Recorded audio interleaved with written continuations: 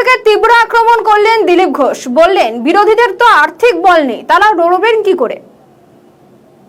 আমরাও তো চাই যে শক্ত বিরোধী হোক, যে সরকারকে ঠিক পথে পরিচালিত করবে। যারা নিজেরা কোনোদিন ঠিক রাস্তায় চলেনি তারা অন্যকে কি চালাবে? মানুষও মর্যাদা দিয়েছে, আমরা বিরোধী ছিলাম তার চেয়ে বেশি শক্তি বিরোধীদের দিয়েছে। কিন্তু বিরোধীদের মধ্যে আর্থিক শক্তি নাই যে তারা লড়াই করবেন, কারণ নিজেরাই সরকারে থাকতে অপকর্ম করেছেন, তাই লড়াই করা তাদের আর্থিক শক্তি নাই। লড়াই করবেন, লড়াই করতে হলে সত্যের পক্ষে থাকতে হয়, সেটা নাই। আমরা অপেক্ষা করব যে বিরোধীরা এক হয়ে সরকারের সঙ্গে কাজ করবেন।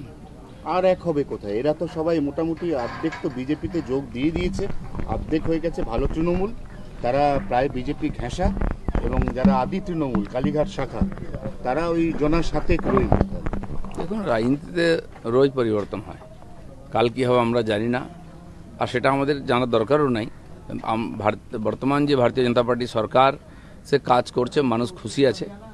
তো কমপক্ষে নিজেদের মধ্যে লড়াই না করে সরকারের সঙ্গে থাকুন, যাতে পশ্চিমবাংলার উন্নয়ন এত বছর আটকে ছিল সেটা যেন ঠিকঠাক হয়, আইন ব্যবস্থা যেন ঠিকঠাক হয়। বিরোধিতা করতে গিয়েও একসঙ্গে থাকতে পারছেন না, সেখানে পরস্পর বিরোধী হয়ে যাচ্ছেন। এটা তো ঠিক নয়। এবার বাকি পার্টি ওনারা ঠিক করবেন কি করবেন।